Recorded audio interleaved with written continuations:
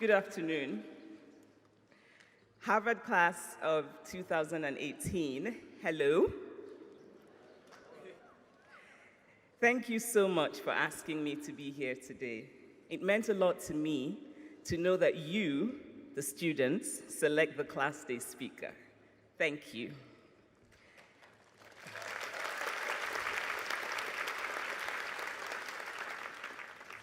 Congratulations to you and to all your loved ones who are here. I spent a wonderful year at the Radcliffe Institute here at Harvard, doing a fellowship in 2011, and I fell in love with Cambridge, and so it's very good to be back. My name is Chimamanda. In Igbo, it means my personal spirit will never be broken. I'm not sure why, but some people find it difficult to pronounce. A few years ago, I spoke at an event in London. The English woman who was to introduce me had written my name phonetically on a piece of paper. And backstage, she held on tightly to this paper while repeating the pronunciation over and over. I could tell she was very eager to get it right.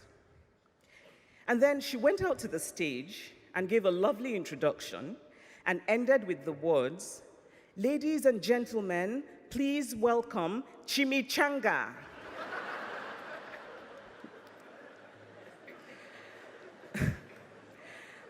I told this story at a dinner party shortly afterwards, and one of the guests seemed very annoyed that I was laughing about it.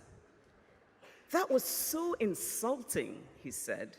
"That English woman could have tried harder." But the truth is, she did try very hard. In fact, she ended up calling me a fried burrito because she had tried very hard and then ended up with an utterly human mistake that was the result of anxiety. So the point of this story is not to say that you can call me Chimichanga. Don't even think about it. The point is that intent matters, that context matters. Somebody might very well call me Chimichanga out of a malicious desire to mock my name, and that I would certainly not laugh about. But there is a difference between malice and a mistake. We now live in a culture of calling out, a culture of outrage. And you should call people out. You should be outraged. But always remember context and never disregard intent. If I were asked the title of my address to you today, I would say, above all else, do not lie. Or, don't lie too often. Which is really to say, tell the truth. But lying, the word, the idea, the act, has such political potency in America today that it somehow feels more apt. Above all else, do not lie. I grew up in Nigeria through military dictatorships and through incipient democracies. And America always felt aspirational. When yet another absurd thing happened politically, we would say, this can never happen in America. But today, the political discourse in America includes questions that are straight from the land of the absurd. Questions such as, should we call a lie a lie? When is a lie a lie? And so, class of 2018, at no time has it felt as urgent as now that we must protect and value the truth. Before I tell you about not lying, I must first admit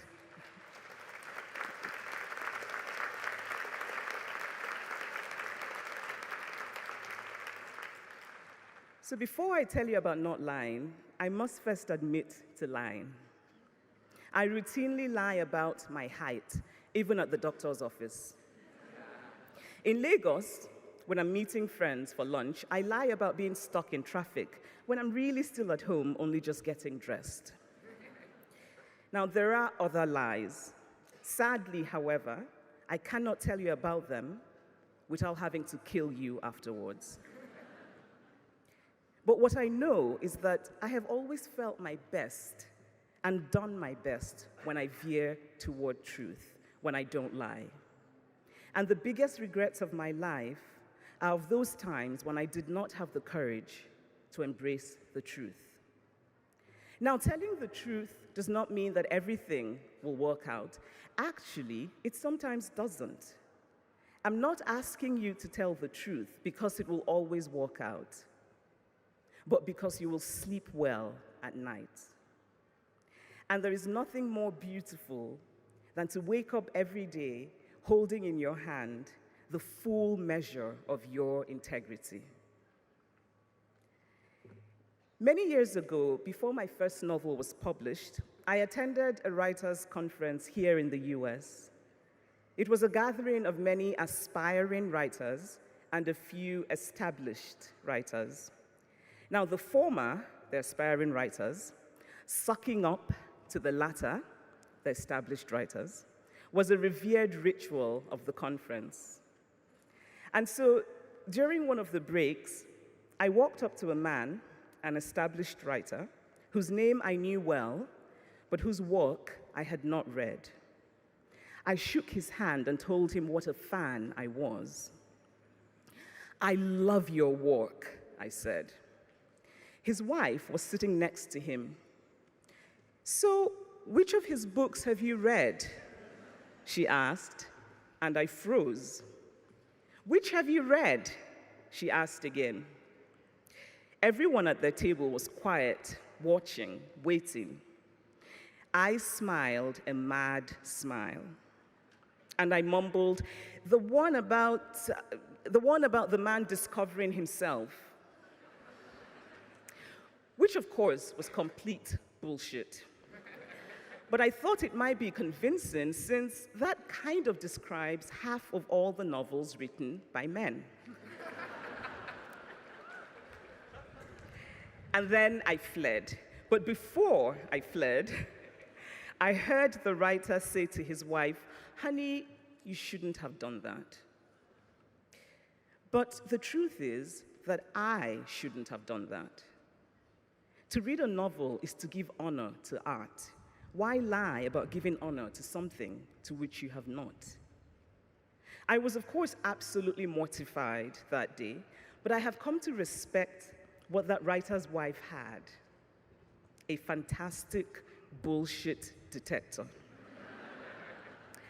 And now that I have the good fortune of being an established writer, one who does not like to miss an opportunity to wallow in praise, by the way, I can sense when a person is saying empty words, and it feels much worse than if they had said nothing at all.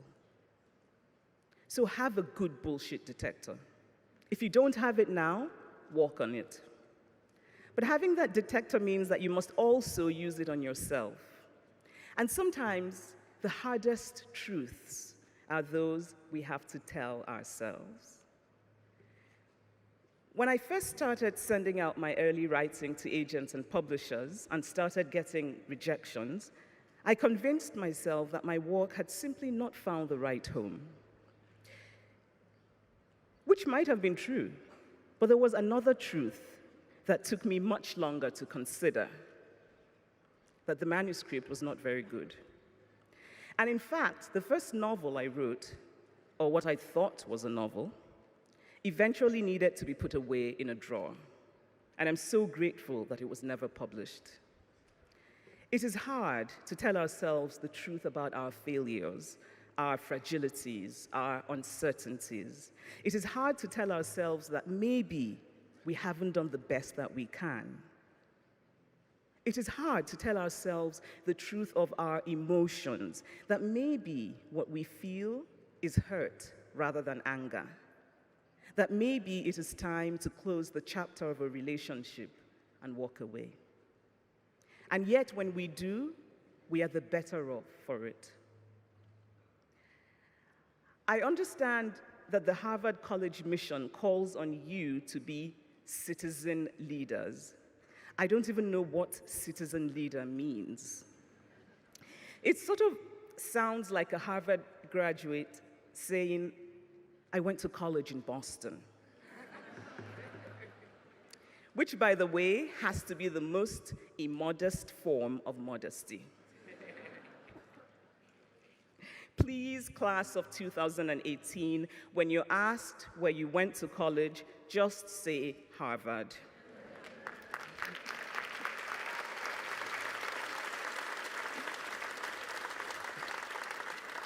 By the way, I went to Yale for graduate school, not New Haven, which has other universities. But we also know that in the grand snobbery sweepstakes of prestigious American colleges, grad school doesn't really count. It's undergrad that counts. So it's entirely possible that I don't even know how all of this works. So you're charged to be citizen leaders, which I suppose means that you're charged to be leaders. I often wonder who will be led if everyone is supposed to be a leader. But whether you are a leader or whether you are the led, I urge you always to bend toward truth, to err on the side of truth. And to help you do this, make literature your religion. Which is to say, read widely, read fiction and poetry and narrative nonfiction. Make the human story the center of your understanding of the world. Think of people as people, not as abstractions who have to conform to bloodless logic, but as people, fragile, imperfect, with prides that can be wounded and hearts that can be touched. Literature is my religion. I have learned from literature that we humans are flawed. All of us are flawed. But even while flawed, we are capable of enduring goodness. We do not need first to be perfect before we can do what is right and just. And you, Harvard class of 2018, are not unfamiliar with speaking the truth. When you stood alongside dining hall workers during the strike, when you protested the end of DACA, when you supported the Black Lives Matter movement, you were speaking the truth about the dignity that every single human being deserves. I applaud you. I urge you to continue.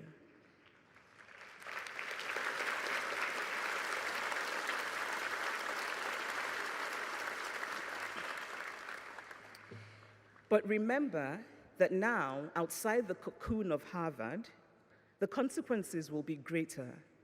The stakes will be higher. Please don't let that stop you from telling the truth. Sometimes, especially in politicized spaces, telling the truth will be an act of courage. Be courageous. Never set out to provoke for the sake of provoking, but never silence yourself out of fear that a truth you speak might provoke.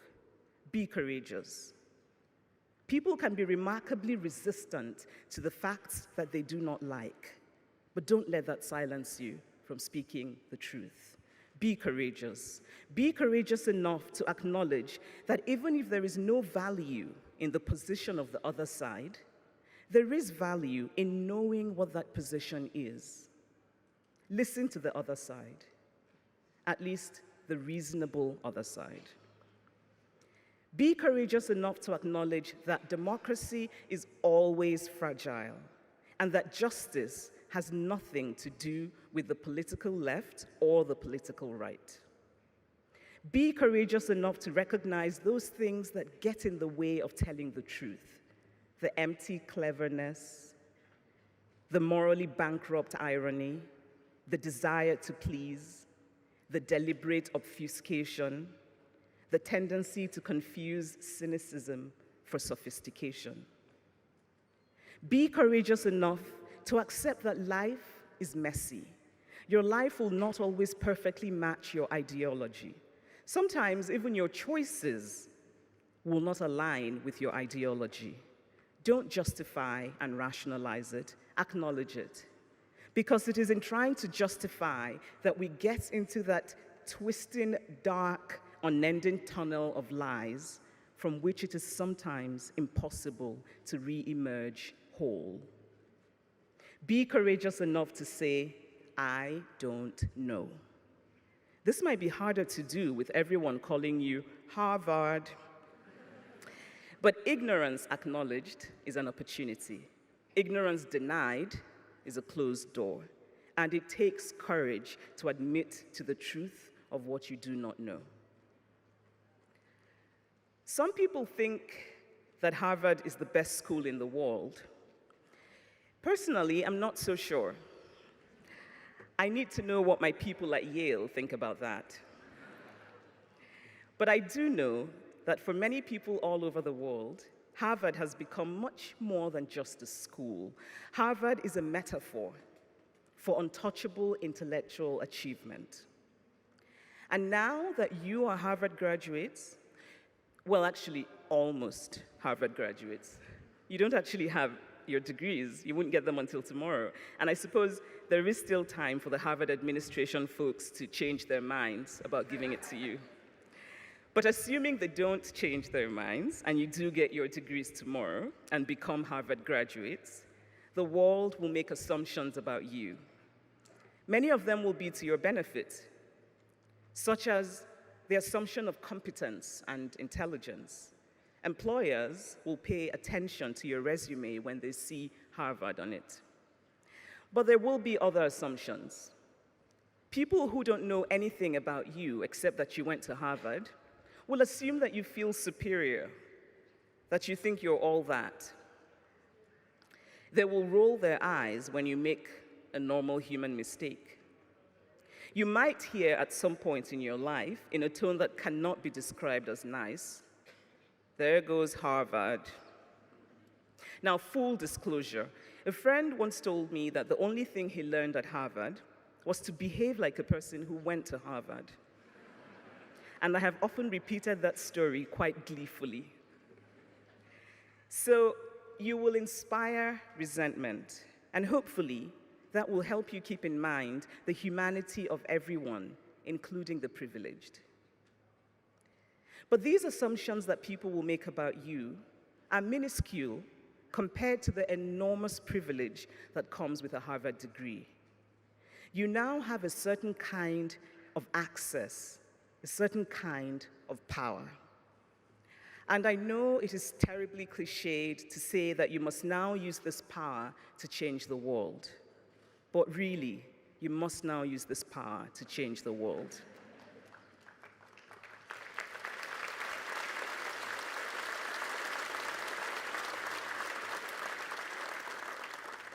Change a slice of the world, no matter how small. If you feel a sense of dissatisfaction with the status quo, nurture that dissatisfaction. Be propelled by your dissatisfaction.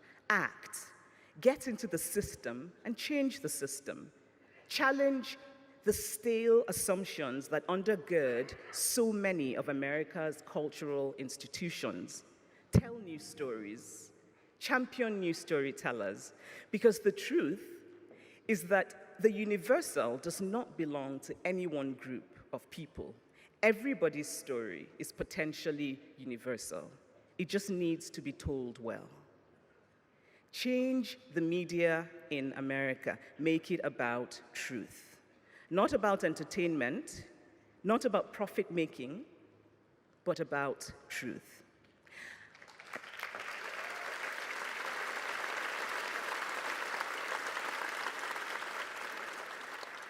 And while you're doing it, be astute about when you need balance and when you don't. Because sometimes seeking balance gets in the way of telling the truth. If you're reporting about the sun rising in the east, you do not need to hear the other side, because there is no real other side.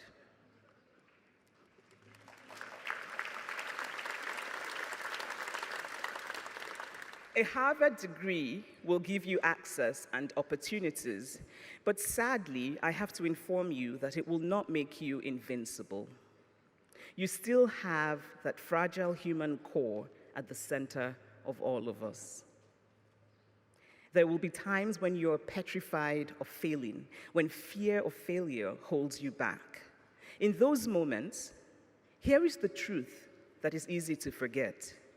You don't actually know that you will fail. I was lucky to be given a great gift by the universe, knowing from childhood what I loved most. I was lucky to have wonderful, supportive parents who encouraged me, and my parents are here today.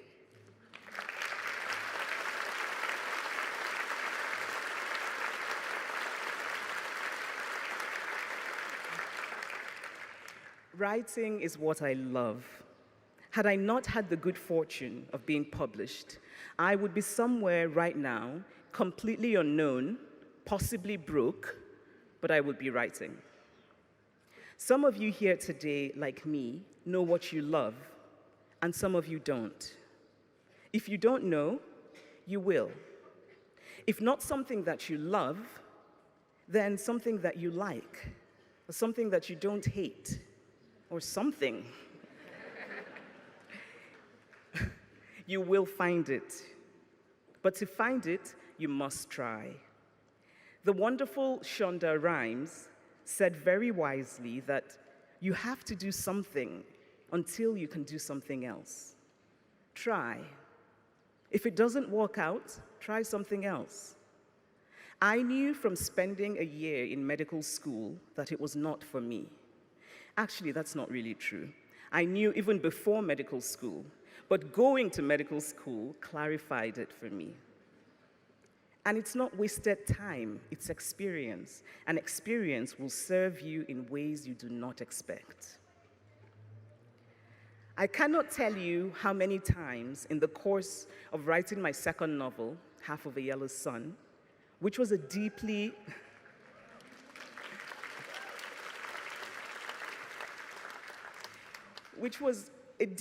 emotional book for me. I felt choked with uncertainty. I would climb into bed and eat chocolate. But I knew that after all the chocolate eating, after all the sinking into a dark place, that I would get up and keep writing. I cannot tell you how often I would sit down to write, and instead I would find myself going online to look at shoes and to put different shoes in various online carts, and then remove some and put some back, and order some and then not order some. I'm actually thinking of starting a society of esteemed procrastinators.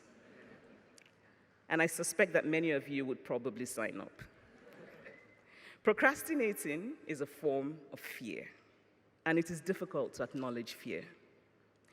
But the truth is that you cannot create anything of value without both self-doubt and self-belief. Without self-doubt, you become complacent. Without self-belief, you cannot succeed. You need both. And there is also the fear of measuring up, of keeping up, which for you might be heightened by the heavy weight of all those Harvard expectations. I want to share a line from a lovely poem by Mary Oliver. Whoever you are, no matter how lonely, the world offers itself to your imagination. When you fall into the funk of competition, when you compare yourself with other Harvard graduates, when you worry that you didn't get that job at Goldman or McKinsey or in Silicon Valley right after graduation, or didn't win a Pulitzer at 30, or didn't become a managing director or partner of something at 35, think of literature. Think of the early bloomers and the late bloomers. Think of the many experimental novels that do not follow the traditional form. Your story does not have to have a traditional arc. There is an Igbo saying, Mgbe onye ji kuni bụ ụtụtụ ya. It translates literally to, whenever you wake up, that is your morning. What matters is that you wake up. The world is calling you. America is calling you. There is work to be done. There are tarnished things that need to shine again. There are broken things that need to be made whole again. You are in a position to do this. You can do it. Be courageous. Tell the truth. I wish you courage and I wish you well.